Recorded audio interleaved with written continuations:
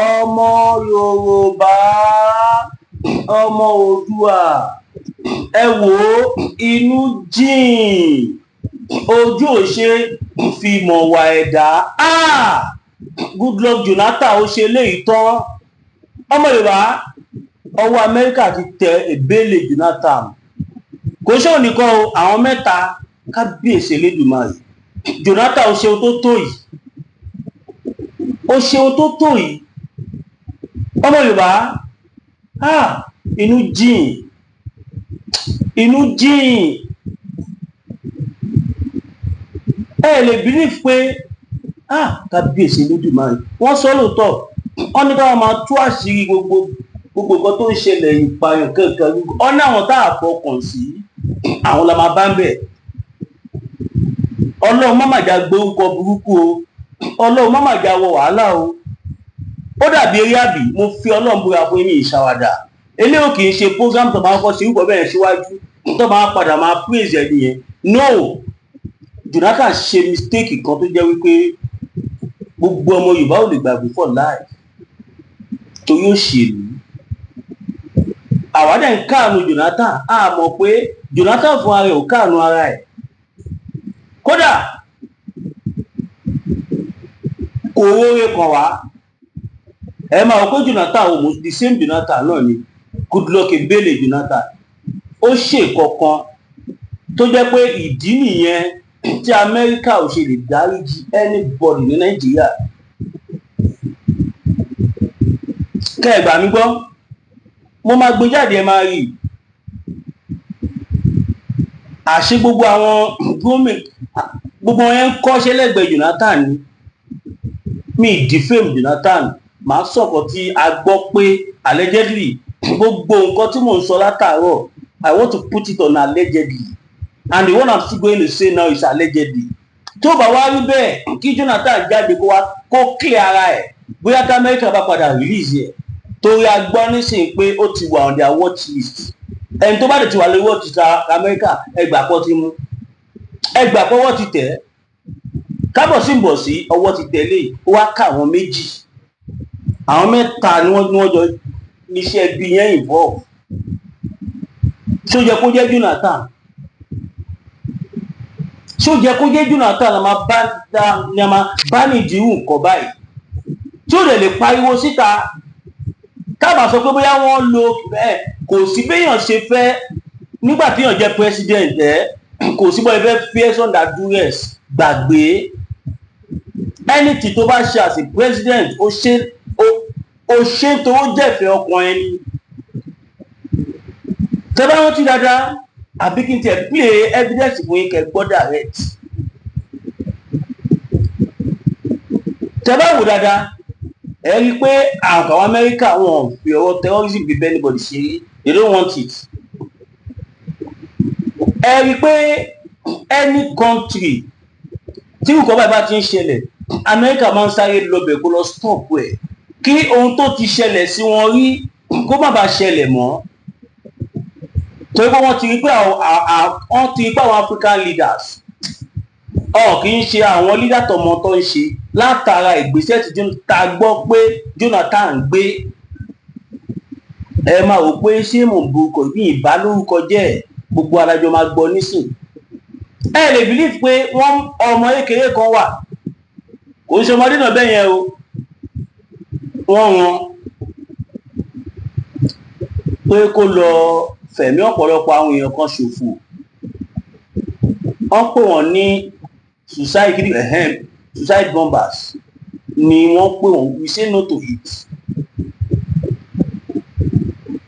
ó hijack plane kan tó lọ sí Amẹ́ríkà, ó di àdúlówó mọ́ra, ó di ogun ẹ̀ mọ́ra,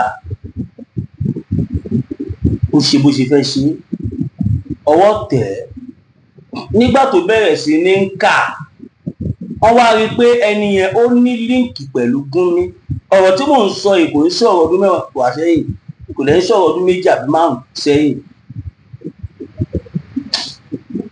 ọmọ Yorùbá, anybody tó bá máa jẹ́ leader wa, ẹ jẹ́ ká máa ṣèwádìí fínífíní.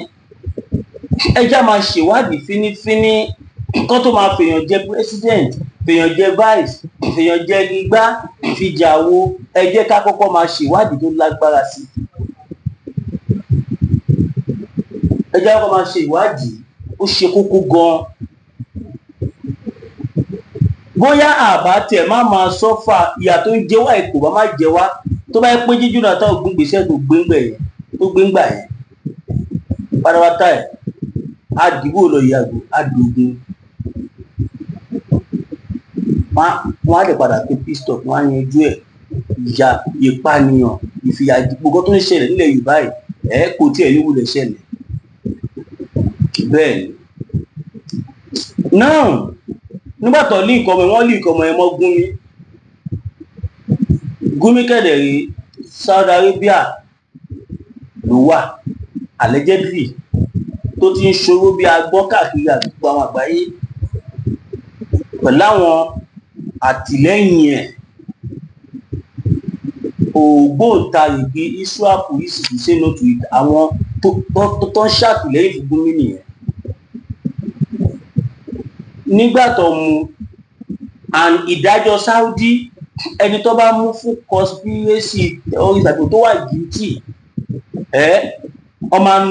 ọmọ ní kọ́ sentence wọn dìgbà tọ́lọ́wọ́n àfi gbẹ̀mí wọn ni tàbí kọ́ ní kọ́ lọ dì wọ́n mú electric tún tàbí kọ́ lọ fẹ̀yìn wọn ti àgbá kọ́ ní káwọn firing squad kọ́ pa wọ́n tàbí kọ́ ní kọ́ yẹgi fún tẹ̀mí àfi bọ́ lára ẹ̀ tàbí kọ́ sọ fún wípé ó yá ibi ló máa ti gbogbo tó kù láyé ẹ lè believe pé nígbà tọ́rọ̀ yẹn ń lọ America was trying to do everything possible láti rí i pé ọwọ́ bá Saudi náà máa hàn lẹ́wọ̀n fún ara àwọn kọ́ máa wọ̀ orí kọ̀ọ̀kan along the line Gumi ò padà lò kọjá oṣù mẹ́fà kò dọ́fẹ́ according to nǹkan tó ṣẹlẹ̀ wọn sọ pé dọ́fẹ́ wọn ní Jonathan ló bá bẹ̀bẹ̀ tó fi tú sílẹ̀ èmi kọ́ mo sọ o I'm reporting what we saw online. We will love Goodluck Ebele Jonathan to come outside in the presence of the whole Nigerians to come and clarify this allegation. Not directly from me. I'm going to speak it. I'm going to play it from the horse's mouth. And to sọ tí mi dẹ̀ wò pé ó lè jẹ́rọ́. The Fulani cabals, they forced Jonathan to do what I believe he might not want to do. But ṣé wọ́n lè tìyàn lọ báyọ̀ bẹ̀bẹ̀ ṣá? Ìyẹn bá mọ̀ wípé ó ti pẹ́ táwọn Fulani cabals tí wọ́n ti ń pa wá social media ló tú àṣírí wọn. Now mo fẹ́ kí gbogbo àjọ tẹ́tí sí kinní yìí.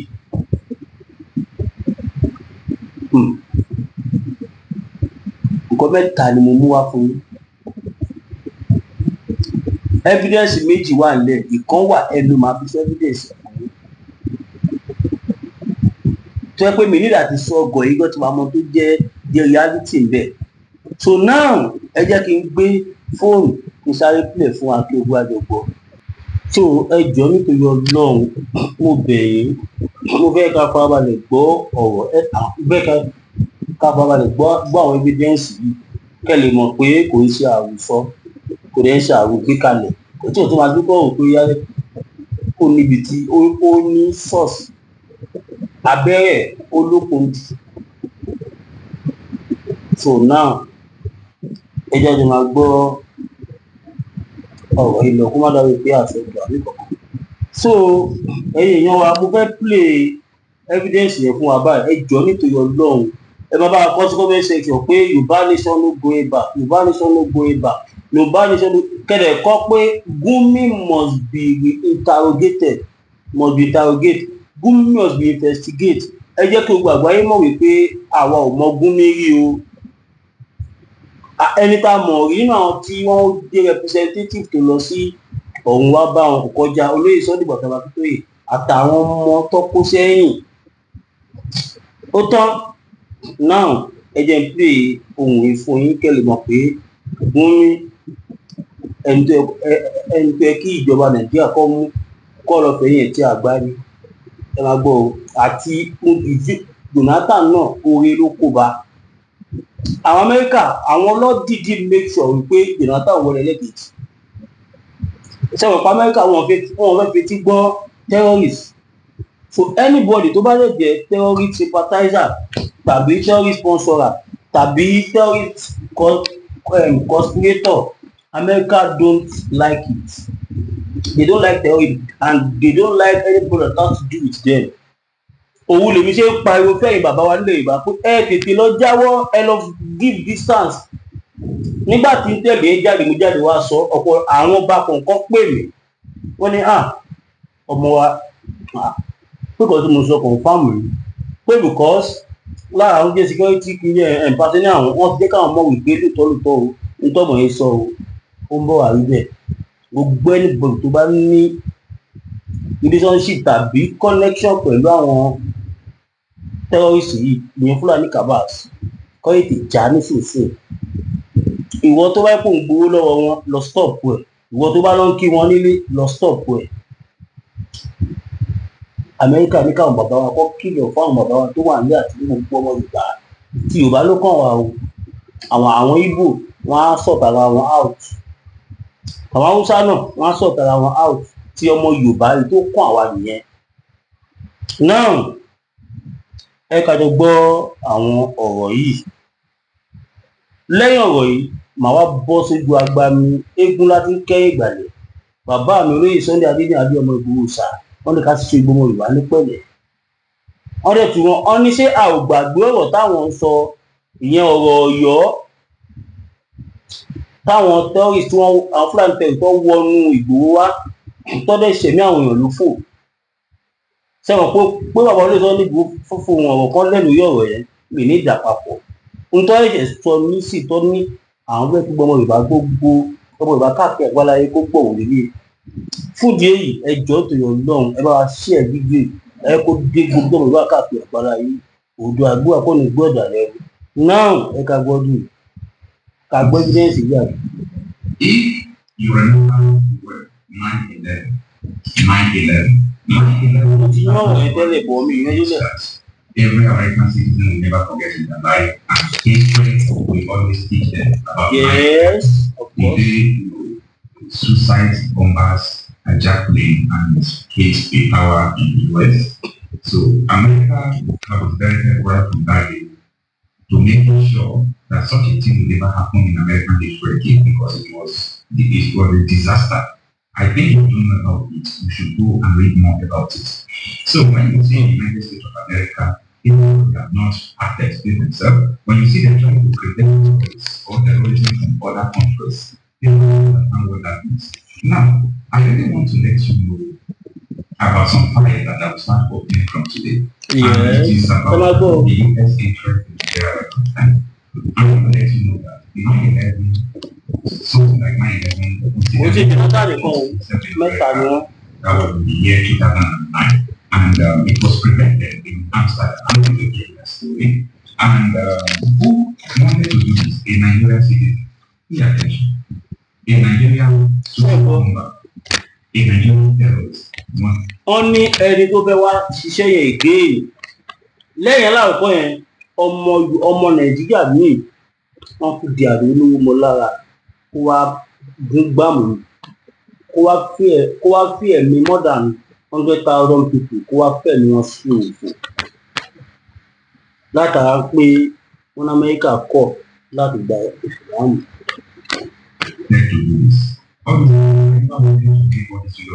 But it seems that people in Nigeria don't want to understand where they are. They want to understand the kind of people they're dealing with. So I want to start opening this fight. Pay attention. This video might be the most important video you will ever watch today.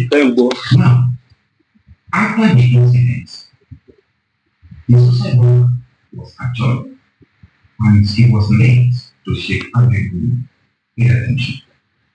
He was laid to Sheikh Ahmed Gumi. I'm going to give you the story, just pay attention. And Gumi was arrested in Saudi Arabia and he was detained for 6 months. and they wanted to finish the court process to send him to life imprisonment because that was what they sent the suicide bomber to up to today. So now, ṣẹgbọn tó sọ bẹ́ẹ̀ ó ní ẹni tó bá ṣe irú nǹkan bẹ́ẹ̀ yẹn ìjìyà ẹ̀ wọ́n máa ń gbé ẹ̀wọ̀n gbére ló máa ń fún wọn tàbí kọ́ ní kọ́ lọ pa wọ́n tàbí kọ́ ní kọ́ lọ rọ́kú sí ibẹ̀. Saudi Arabia tẹ̀lé òfin wọn but nǹkan kan ló wá ṣẹlẹ̀ ibi tí ìbéèrè Jonathan ti kọ́ mi nìyẹn. Ọmọ Yorùbá ẹ̀yin yàtọ̀ àtẹ̀ ń gbọ́ mi oore tá a máa ṣe tó máa bá ìwà jẹ́ Ọlọ́run já sí. Ọmọ Yorùbá kí n túbọ̀ tọ̀ mí yẹn sílẹ̀ kí n láyè sọ̀rọ̀ dáadáa tó rí ara ti ń kan mí Saudi tẹ̀lé òfin wọn but Jonathan ó change the music yẹn. Kí ni nǹkan tó ṣe ọ̀wọ́ lọ́wọ́ ń dúró lẹ́nu máa fi mọ̀mọ́ kan bá kìíní tó láwọn kan fi bá wa ṣí ẹ̀ káàkiri káwọn náà lè gbọ́ ọdún yẹn tó bó ṣe bí ọgọ́ nìyẹn. So not to and then shape Gumi. Kí ló sọ bẹ́ẹ̀ yẹn? For them to bring it back to Ẹ máa gbọ́ o. Because that was what they sent the suicide bomber to up to today.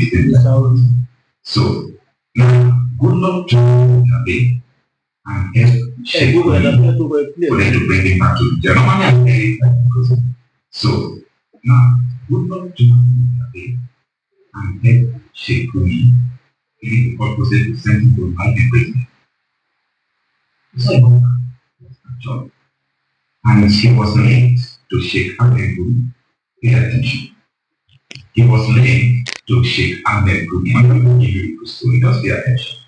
And Gumi was arrested in Saudi Arabia and he was detained for 6 months. And they wanted to finish the court process to send him to life imprisonment because that was what they sent the suicide bomber to up to today. So now, good luck to Abe and help Sheikh Gumi for them to bring him back to the normally it's a better prison, but they did not do that. Ó gbà lọ́wọ́ ó bẹ Saudi pé kó jẹ́ kó wá ṣẹ̀wọ̀n ní Nàìjíríà pé òun fi ń dá wọn lójú pé ó máa ṣẹ̀wọ̀n yẹn nígbà tí wọ́n máa gbé Gumi dé sí Nàìjíríà Gumi ò ṣẹ̀wọ̀n kankan tó jẹ́ ká mọ̀ wípé àwọn Fúlàní Kabas ó dà fáwọn lọ dúró sórí gbogbo Jonathan tó fi lọ́ba bẹ̀bẹ̀ tó fi gbà jáde láti máa fi ṣẹ̀wọ̀n àwọn Fúlàní ẹ̀pẹ́ Fúlàní bẹ́ẹ̀ kí n máa dé àwọn ọ̀rọ̀ yìí sílẹ̀ o ìjọ nípìnlẹ̀ náà.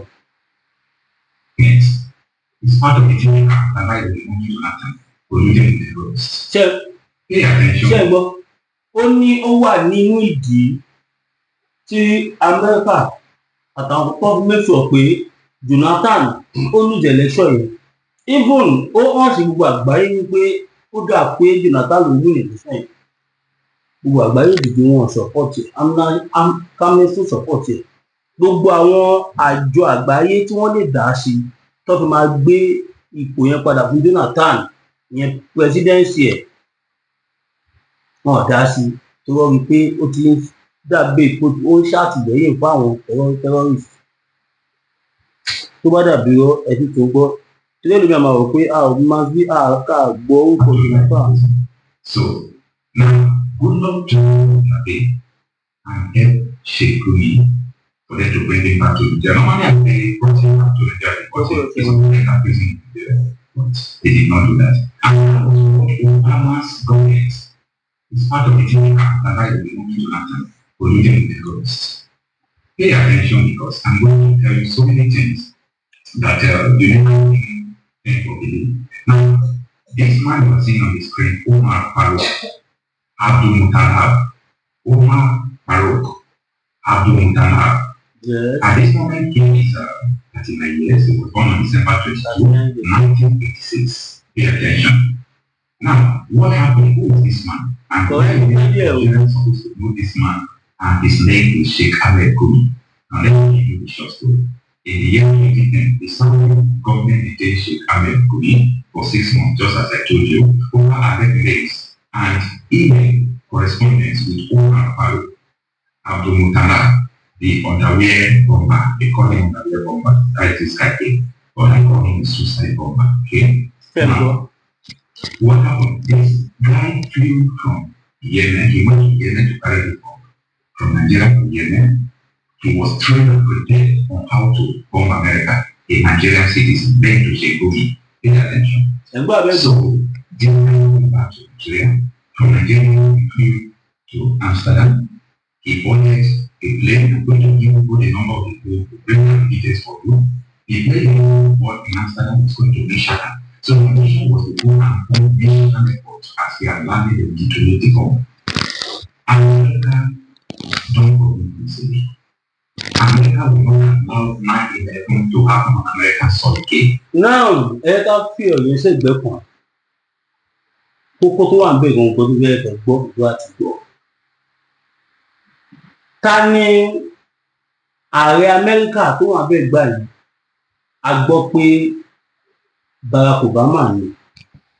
So now, all effort to secure the release of Kaduna-based Islamic preacher Dr. Ahmad Gumi, who was arrested by Saudi Arabian authorities in February for alleged exchange of email with Farouk Abdulmutalab, the suspected December 24, 2009 bomber is said to yield results. When he was first arrested, he was taken to Jeddah, but some week ago, he was returned to Mecca under the house arrest. It was gathered that Dr. Gumi, after the US security browsed through Farouk's email and find out that he corresponded with Hussein shortly before the allegedly attempt to bomb a plane in the US. It will be recalled that following the demise of Malam Lawan Abubakar, who succeeded Sheikh Abubakar Gumi in 2004, Dr. Gumi took over the annual Ramadan lecture of Sultan Bello Mosque, Kaduna. Since Gumi arrest, various Islamic groups in the country have made frantic efforts to secure his release, but nothing tangible has happened. Dr. Gumi is known to have always preached against terrorism and Islamic and extremism in his tafsir lecture. So his arrest for terrorism-related charges was greeted with a wide disbelief, especially from Muslim conversants, with his preaching before the commencement of this year Ramadan past 2010. Effort to secure his release was picked. Ó gùn gan-an nígbà tó sa ọgbà agbára tí wọ́n rí Gumi gbà ni wọ́n fi lọ bá Jonathan, president to president. President nìkan ló lè gbálẹ̀ báyìí. Wọ́n dẹ̀ ẹni tó fi ń jẹ́ wọn gbére lọ. Wọ́n ti yọ kúrò ní house arrest, wọ́n ti fi sí normal prison. Oṣù mẹ́fà sì ló lò ń bẹ̀. Jonathan bá Saudi sọ̀rọ̀ ó bẹ̀rẹ̀ wọ́n máa wọ̀ kó máa lọ kọ̀tínú àwọn ní Nàìjíríà. Wọ́n lè rí ìṣẹ̀ kó lọ sọ̀rọ̀ ní Nàìjíríà. Lẹ́yìn yẹn ńkọ́ kò ṣẹ̀wọ̀n kò ṣe kankan, kàkà kí ó tún wá rọ̀ lára ẹ̀ ó tún wá ń le sí i. Ṣé àmọ̀ pé tí Jonathan ò bá gbà lẹ́yìn gbà yẹn kí ló sì máa wà? Ẹ̀wọ̀n ló sì máa wà Saudi up to now. Kò wá ń ṣe Jonathan nìkan ni ọwọ́ tẹ̀ o. Even gan Barack Obama, mo ṣe ń bá yín sọ̀rọ̀ lọ́wọ́ báyìí òun gan wọ́n ti declare pé ó máa ṣẹ̀wọ̀n, because gbogbo àti kan fi ń ṣẹlẹ̀ Nàìjíríà gbà yín ṣe ní dákẹ́ báyìí tó sọ̀rọ̀ kan gbígbà pé ó ń support àwọn òrè yẹn tó ń tì wọ́n lẹ́yìn, because Jonathan wọ́n gbà ẹ̀gbọ́n tó fẹ́ ra weapon tí Obama ó tà á fún, torí tó bá tà fún á lọ fẹ́ pa gbogbo àwọn Fúlàní kọ̀ọ̀kan yẹn. Can you imagine? Ẹ wo ìdíbẹ̀ tẹnu bọ àwọn òde kí n ṣe part 2. Ọmọ Yorùbá fọkàn yín balẹ̀, ẹ bá lè share fídíò. Super sticker, everyone super sticker, super chat. Join membership wa. It's part of support, it's part of love. Like seriously, 02141687004. 02141687004 GTB. Support good journalism. Encourage the money man GTB. Àwọn kan wà tí wọ́n abẹ́rẹ́ àti bí fóònù kan a lot of money ní support ní. Kò sí owó tí màá fi jẹ owó tọrọ. Ìdí fúnra mi ti ná more than enough, but ara ti rí bákan ní sí Áfíríkà sọ fẹ́yìn lólùfẹ́ wa support wa. Fẹ́yìn tí wọ́n fẹ́ gbé polówó ọjà fún wa tàbí fẹ́ gbé brand fún wa tàbí fẹ́ fún wa sábà ṣẹ́dọ̀ kọ̀ọ̀kan wọ́n tí ò dé rà ẹ pè wá sórí +229 01 57 74 79 70. WhatsApp only ní o +229 01 57 74 79 70 tàbí Nàìjíríà nọ́mbà tí mo lò gbèsè wà Nàìjíríà lórí ẹ̀dẹ̀ nọ́mbà tí mo lò 081 76 03 4216 081 76 03 4216 WhatsApp only nìyẹn náà. Tẹ bá pe akọ̀mọ̀ àwọn máṣíìnì òdu àgbọ̀ kò ní gbọ́dọ̀ rẹ̀. Now bàbá wa bàbá wa olóyè Sunday Igboho wọ́n ní kí o gbá lọ wà ní ìfura ká lọ dira. Wọ́n ní ká lọ dira, wọ́n ní ká lè sọ fún gbogbo àwọn èèyàn wa tó wà nílẹ̀ Haúsá ní wàrà ṣàṣà ní kíákíá kó sọdá sílẹ̀ Yorùbá padà. Torí pé èmi gan mọ̀ à ń gbọ́ àwọn intel kọ́lẹ́jọ́ mẹ́ta ẹ̀ tó yẹ pé ẹ ká kọ́kọ́ dúpẹ́ lọ́wọ́ Ọlọ́run wípé Ọlọ́run ti lo Amẹ́ríkà láti destroy gbogbo agbára táwọn Fúlàní yẹn ní. As a matter of fact, kódà kí Amẹ́ríkà kó má dá sọ̀rọ̀ wa mọ́ ìwọ̀nba tí wọ́n ti ṣe fún wa ẹ̀ Nigerian Army can continue from there and they've already continued. Gbogbo àwọn Fúlàní leaders tí àdó olóró Sókótó yẹn tí ó mú lọ ìwọ̀nba díẹ̀ wọn tó kù they cannot do anything again. They are short of weapon, short of information, short of manpower, gbogbo àwọn tó fẹ́ ṣiṣẹ́ ní àlejò yẹn àwọn special futajalon squad ni wọ́n gbọ́ kọ̀ọ̀kan. Káwọn yẹn ní pé anybody ló bá ti kọjá ó máa kó sí gbà wọ́n ti ẹ̀fẹ́ mọ̀. Operation no fojú human being anybody tó bá ẹ mọ̀ ojú ẹni tí wà ó gbogbo àwọn social squad yẹn nísìn àwọn ló máa ń lò fún àwọn iṣẹ́ tó bá le. Ó dàbí ká sọ pé Delta Force táwọn Amẹ́ríkà ń lò gbogbo ara mọ tó gbé Delta Force àwọn force tó yẹ pé márùn-ún péré can bring down a country òun náà lọ fi gbé má dúró.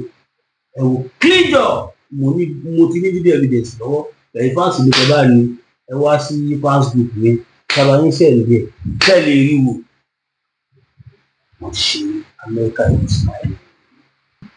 God bless you all. I love you all. Watch out for the next video.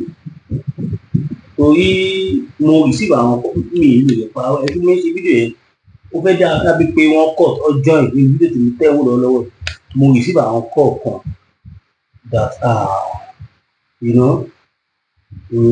need to take this in. Mo receive àwọn kọ̀ọ̀kan tí mo rí pé wọn bá rí ojú ẹ̀ tí mo ti ẹ̀ṣẹ̀ pa ẹ̀kẹ́ ẹ̀ tí bàbá sílẹ̀ káàkiri ó ti mú yes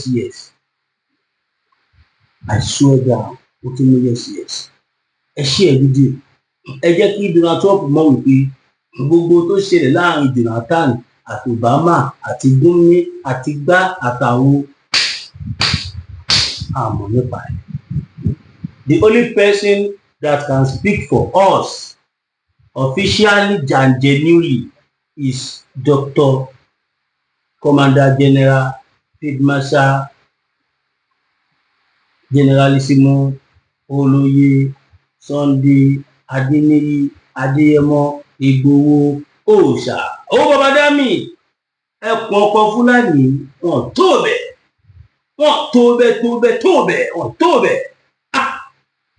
àjànàkú kọjá mo rí nǹkan fìrí tábà rí yẹn já ní àárẹ̀ àbòsí ló ń jẹ́ erin kọjá fìrí erin á máa kọjá fìrí ẹ mú ẹ kì í ẹran bí òrẹ̀lẹ̀ wá pè ọbẹ̀ fún làbàtà oyè ọbẹ̀ tí omi ló mu yóò ní gbàgede gbiná ọbẹ̀ dùn tán ádámù wa ń bùlà